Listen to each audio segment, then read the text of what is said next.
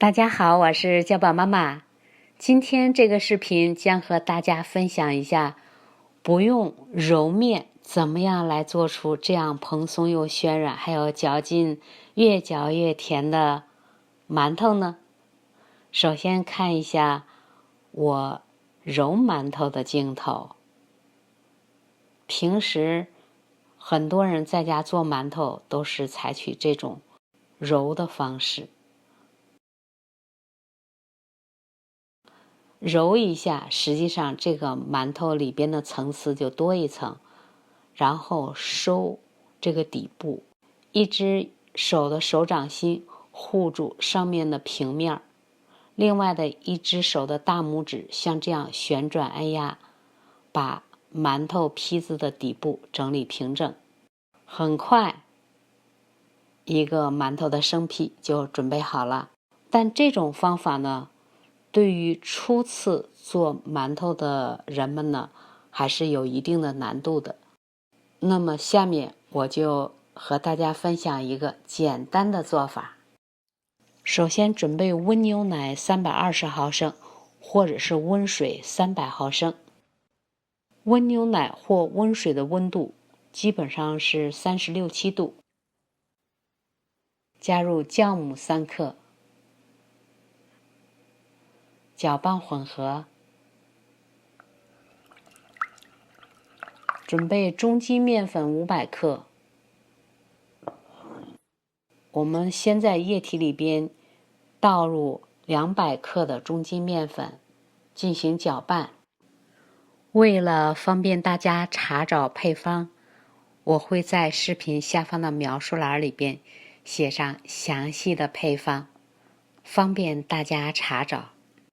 搅拌成面糊糊以后，盖上，静止30分钟。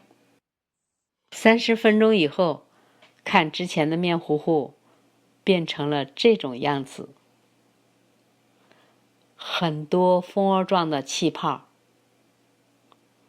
变得格外的粘稠，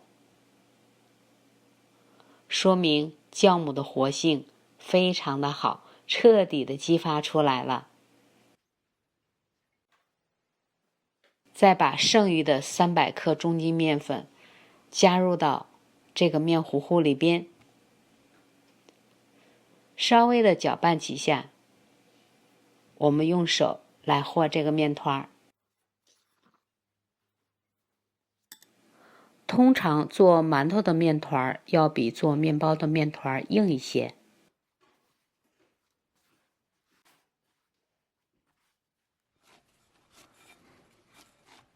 大约2分钟，面团就和好了。刚和好的面团表面不光滑，盖上松弛10分钟。10分钟以后，我们再次揉这个面团，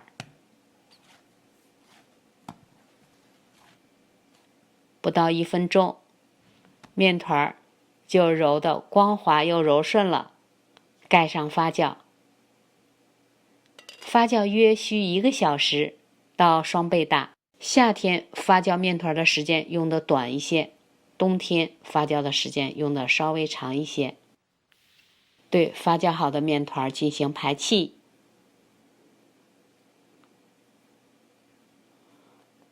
在揉面垫子上边，就像这样折叠按压，整理成圆形。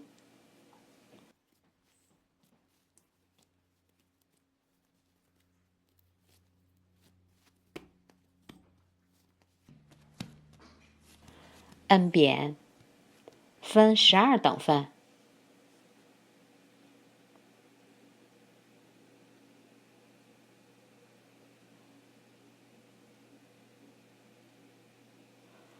再把它们一个一个的整理成圆形。整理圆形的过程也是再次排气的一个过程。如果发酵过的面团有一股酸味，就说明发酵过头了。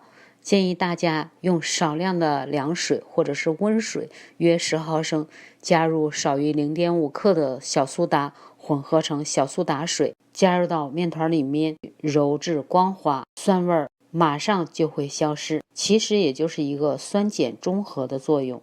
盖上松弛15分钟，15分钟以后，12个面团的体积变大了一些，拿起其中的一个面团，拍扁，进行折叠。每折叠一次，那么这个馒头内部的层次就多一层。这么大的面团，我基本上折叠了9到10次，光面冲上，再次整理成圆形。如果我们想使这个馒头内部的层次更丰富一些，那么我们可以反复多操作2次。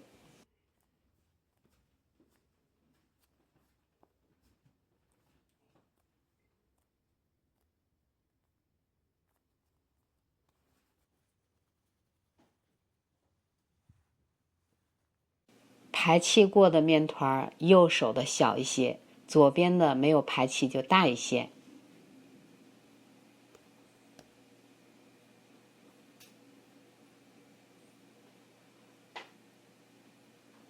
12个面团都进行再次排气团圆之后，体积的大小是一样的。锅中加入足够多的水，夏天可以用室温水，冬天用温水40度的水，逐个放入到笼屉上边，每个之间要保持一定的距离。盖上2次发酵约15到20分钟，在馒头生坯的上边摁一下，看到表皮迅速的弹起，2次发酵就发酵好了。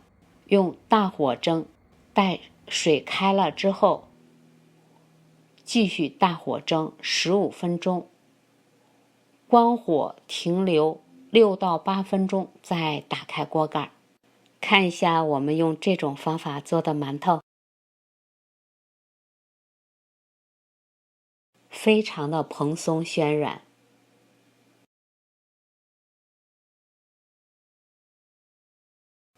里面的层次也很丰富，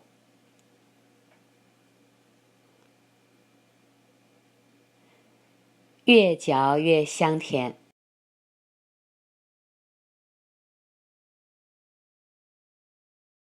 蓬松暄软有嚼劲，越嚼越甜。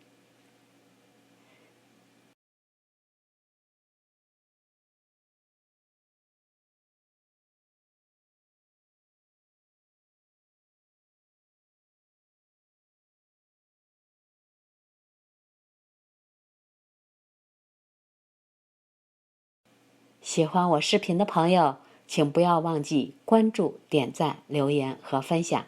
感谢收看，下次再见。